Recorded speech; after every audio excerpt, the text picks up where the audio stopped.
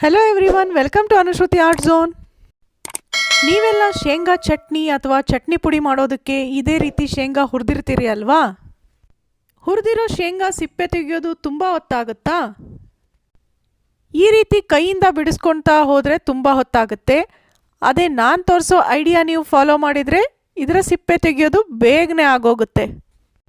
ನೋಡಿ, ಅದಕ್ಕೆ ಮೊದಲಿಗೆ ಒಂದು ಮೊರದಲ್ಲಿ ಸ್ವಲ್ಪವೇ ಹುರಿದಿರುವಂತಹ ಶೇಂಗಾನ ಹಾಕ್ಕೊಳ್ಳಿ. ಮೊರ ದೊಡ್ಡದಿದ್ದರೆ ಇನ್ನೊಂದು ಸ್ವಲ್ಪ ಜಾಸ್ತಿ ಹಾಕಬಹುದು.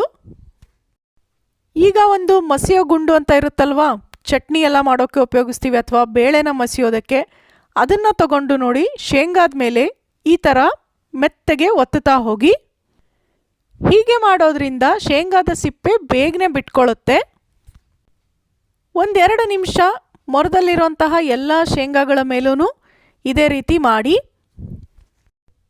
ನೋಡಿ. ಈಗ ನಿಮಗೆ ಗೊತ್ತಾಗ್ತಾ ಇದೆ ಶೇಂಗಾ ಹಾಗೂ ಶೇಂಗಾ ಸಿಪ್ಪೆ ಎರಡೂ ಎಷ್ಟು ಚೆನ್ನಾಗಿ ಸಪ್ರೇಟ್ ಆಗಿದೆ. ಈಗ ಮೊರನ ಈ ರೀತಿ ಚಪ್ಪರಿಸ್ಕೊಂಡು ಬಿಟ್ಟರೆ ಆಯಿತು, ಸಿಪ್ಪೆ ಒಂದು ಕಡೆಗೆ ಬಂದುಬಿಡುತ್ತೆ. ನೋಡಿ, ಒಂದು ಮ್ಯಾಟ್ ಮೇಲೆ ನೀವು ಈ ರೀತಿ ಚಪ್ಪರಿಸ್ಕೊಂಡ್ರೆ ಎಲ್ಲ ಸಿಪ್ಪೆ ಮುಂದೆ ಬಂದು ಬೀಳುತ್ತೆ, ಶೇಂಗಾ ಪೂರ್ತಿ ಹಿಂದೆ ಉಳಿಯುತ್ತೆ. ಇದೇ ರೀತಿ ಉಳಿದಿರುವಂತಹ ಶೇಂಗಾನೂ ಕೂಡ ಇದೇ ಪ್ರೋಸೆಸ್ ರಿಪೀಟ್ ಮಾಡಿ ನೋಡಿ. ಒಂದು ಶೇಂಗಾದ ಸಿಪ್ಪೆ ಕೂಡ ಉಳಿದಿಲ್ಲ. ಈಗ ಇದನ್ನು ಚಟ್ನಿ ಪುಡಿ ಮಾಡೋದಕ್ಕೆ ರೆಡಿ ಆಯಿತು. ನೆಕ್ಸ್ಟ್ ಐಡಿಯಾ ನೋಡಿ, ಬಾಳೆಹಣ್ಣು ಕೆಲವೊಂದು ಸಲ ತಂದಾಗ ಪೂರ್ತಿ ಹಣ್ಣಾಗ್ಬಿಟ್ಟಿರುತ್ತೆ. ಇದನ್ನು ಈ ರೀತಿ ಇಟ್ಟರೆ ಕೆಳಭಾಗ ಕಪ್ಪಾಗುತ್ತೆ, ಉಲ್ಟಾ ಮಾಡಿ ಇಟ್ಟರೆ ಆ ಕಡೆ ಸೈಡ್ ಕಪ್ಪಾಗುತ್ತೆ. ಬಾಳೆಹಣ್ಣಿಗೆ ಏನೂ ತಾಗದೇ ಇರೋ ಹಾಗೆ ಹೇಗೆ ಇಡೋದು? ಅದಕ್ಕೂ ಒಂದು ಐಡಿಯಾ ಇದೆ ನೋಡಿ. ಈ ತರಹ ಶೆಲ್ಫಿಗೆ ಒಂದು ದಾರ ಕಟ್ಕೊಳ್ಳಿ. ಬಾಳೆಹಣ್ಣಿನ ಭಾರ ತಡೆಯುವಷ್ಟು ಗಟ್ಟಿ ದಾರ ಇರಬೇಕು.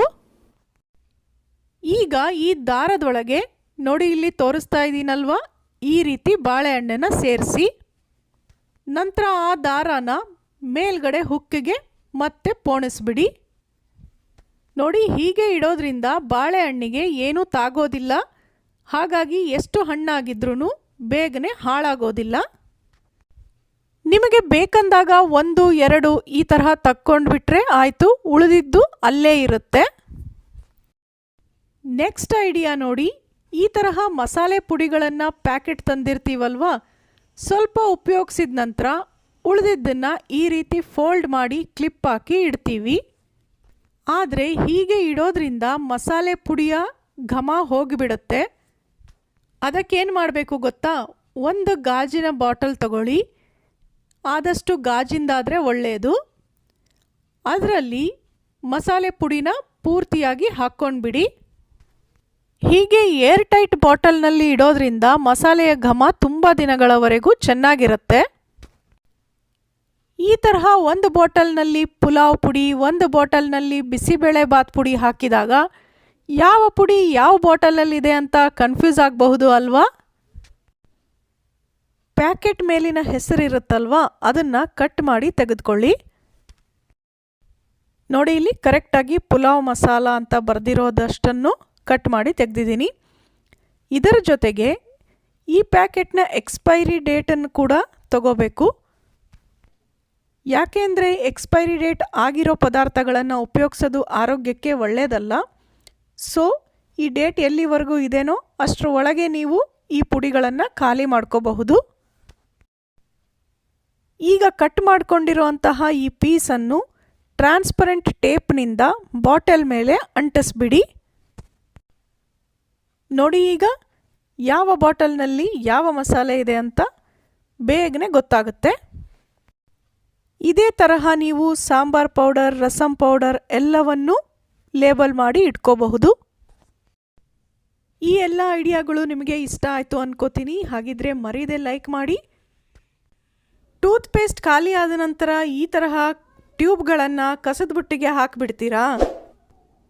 ಈ ವಿಡಿಯೋ ನೋಡಿದ ಮೇಲೆ ಖಂಡಿತ ಇನ್ಮೇಲೆ ನೀವು ಹಾಗೆ ಮಾಡೋದಿಲ್ಲ.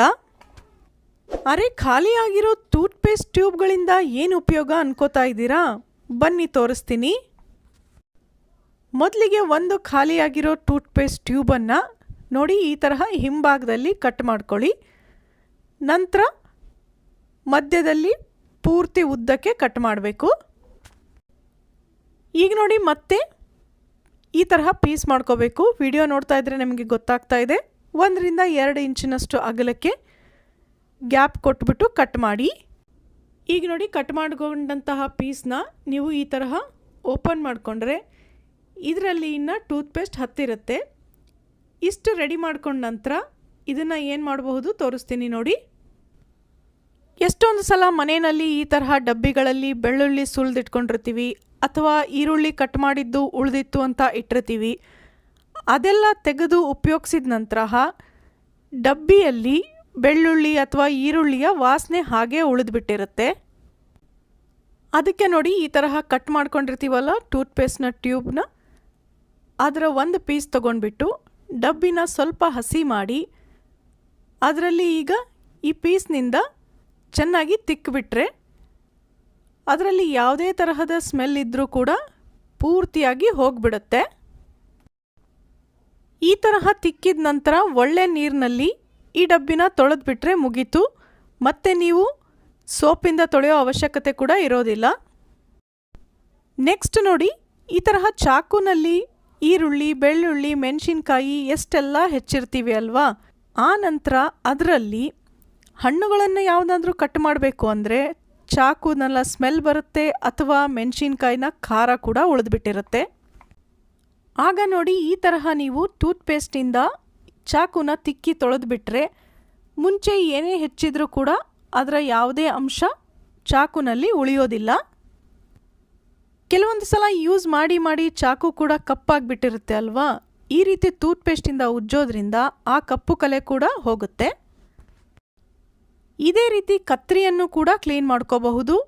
ಕತ್ರಿಯಿಂದ ಹಾಲಿನ ಪ್ಯಾಕೆಟು, ಮೊಸರಿನ ಪ್ಯಾಕೆಟು ಅಥವಾ ಎಣ್ಣೆ ಪ್ಯಾಕೆಟು ಇದನ್ನೆಲ್ಲ ಕಟ್ ಮಾಡುವಾಗ ಕತ್ರಿಗೂ ಕೂಡ ತುಂಬಾ ಜಿಡ್ಡಿನಂಶ ಹತ್ತಿಬಿಟ್ಟಿರುತ್ತೆ. ಹಾಗಾಗಿ ಇದನ್ನು ಕೂಡ ಟೂತ್ಪೇಸ್ಟ್ನ ಟ್ಯೂಬ್ ಕಟ್ ಮಾಡ್ಕೊಂಡಿದ್ವಿ ಅಲ್ವಾ, ಅದನ್ನು ಈ ರೀತಿ ರಬ್ ಮಾಡೋದ್ರಿಂದ ಕ್ಲೀನ್ ಮಾಡಬಹುದು. ನೆಕ್ಸ್ಟ್ ನೋಡಿ ಕಟ್ ಮಾಡ್ಕೊಂಡಂತಹ ಈ ಟ್ಯೂಬ್ನ ಒಂದು ಪೀಸ್ನಿಂದ ಸಿಂಕ್ನ ನಲ್ಲಿಗಳು ಅಥವಾ ಬಾತ್ರೂಮಿನ ನಲ್ಲಿಗಳಿಗೆ ಈ ತರಹ ಉಜ್ಜುತ್ತಾ ಹೋದರೆ ನಲ್ಲಿಗಳ ಮೇಲೆ ಆದಂತಹ ನೀರಿನ ಕಲೆ ಕೂಡ ಚೆನ್ನಾಗಿ ಹೋಗುತ್ತೆ. ನೋಡಿ ಟೂತ್ಪೇಸ್ಟಿಂದ ತಿಕ್ಕಿದ ನಂತರ ಕೇವಲ ನೀರಿನಿಂದ ತೊಳೆದ್ರೆ ಸಾಕು, ನಲ್ಲಿಗಳು ಎಷ್ಟೊಂದು ಕ್ಲೀನಾಗಿ ಹೋಗುತ್ತೆ. ಇಷ್ಟಾದ ನಂತರ ಒಂದು ಒಳ್ಳೆ ಬಟ್ಟೆಯಿಂದ ನಲ್ಲಿಗಳನ್ನು ಒರೆಸ್ಕೊಂಡ್ಬಿಡಿ. ಇಲ್ಲ ಅಂದರೆ ನೀರಿನ ಹನಿಗಳು ಹಾಗೆ ಉಳಿದ್ರೆ ಮತ್ತೆ ಕಲೆ ಆಗೋ ಚಾನ್ಸಸ್ ಇರುತ್ತೆ. ನೆಕ್ಸ್ಟ್ ನೋಡಿ ಈ ತರಹ ಟೂತ್ಪೇಸ್ಟಿಂದ ಕನ್ನಡಿಯನ್ನು ಕೂಡ ಎಷ್ಟು ಚೆನ್ನಾಗಿ ಕ್ಲೀನ್ ಮಾಡ್ಕೋಬಹುದು ಗೊತ್ತಾ. ಟೂತ್ಪೇಸ್ಟ್ ಟ್ಯೂಬ್ನ ಒಂದು ಪೀಸನ್ನು ಈ ತರಹ ಕನ್ನಡಿ ಮೇಲೆ ಪೂರ್ತಿಯಾಗಿ ರಬ್ ಮಾಡಿ. ಈ ರೀತಿಯಾಗಿ ನೀವು ಬಾತ್ರೂಮ್ನಲ್ಲಿರೋ ಕನ್ನಡಿ ಅಥವಾ ಡ್ರೆಸ್ಸಿಂಗ್ ಟೇಬಲ್ನಲ್ಲಿರುವಂತಹ ಕನ್ನಡಿ, ಚಿಕ್ಕ ಕನ್ನಡಿಯನ್ನು ಕೂಡ ಕ್ಲೀನ್ ಮಾಡಬಹುದು. ಕೊನೆಯಲ್ಲಿ ಒಂದು ಟಿಶ್ಯೂ ಪೇಪರ್ನಿಂದ ಈ ತರಹ ಅದನ್ನು ಒರೆಸ್ಕೊಂಡ್ಬಿಡಿ. ಇಷ್ಟು ಮಾಡಿದರೆ ಸಾಕು, ಕನ್ನಡಿ ಪೂರ್ತಿ ಕ್ಲೀನಾಗಿ ಹೊಸತರಂತೆ ಕಾಣುತ್ತೆ. ನೋಡಿದ್ರಲ್ಲ, ಖಾಲಿ ಆಯಿತು ಅಂತ ಬಿಸಾಕುವ ಟೂತ್ಪೇಸ್ಟ್ನ ಟ್ಯೂಬ್ಗಳಿಂದ ಮತ್ತೆ ಏನು ಉಪಯೋಗ ಇದೆ ಅಂತ. ನೆಕ್ಸ್ಟ್ ಟೈಮ್ ನಿಮ್ಮ ಮನೆಯಲ್ಲಿ ಟೂತ್ಪೇಸ್ಟ್ ಖಾಲಿ ಆದಾಗ ಟ್ಯೂಬ್ನ ಸುಮ್ಮನೆ ಬಿಸಾಕೋ ಬದಲು ಈ ರೀತಿ ಎಲ್ಲವನ್ನು ಕ್ಲೀನ್ ಮಾಡ್ಕೊಂಡ್ಬಿಡಿ.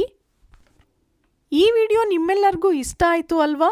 ಹಾಗಿದ್ರೆ ಲೈಕ್ ಮಾಡೋದಷ್ಟೇ ಅಲ್ಲ, ಎಲ್ಲರ ಜೊತೆಗೆ ಶೇರ್ ಕೂಡ ಮಾಡಿ.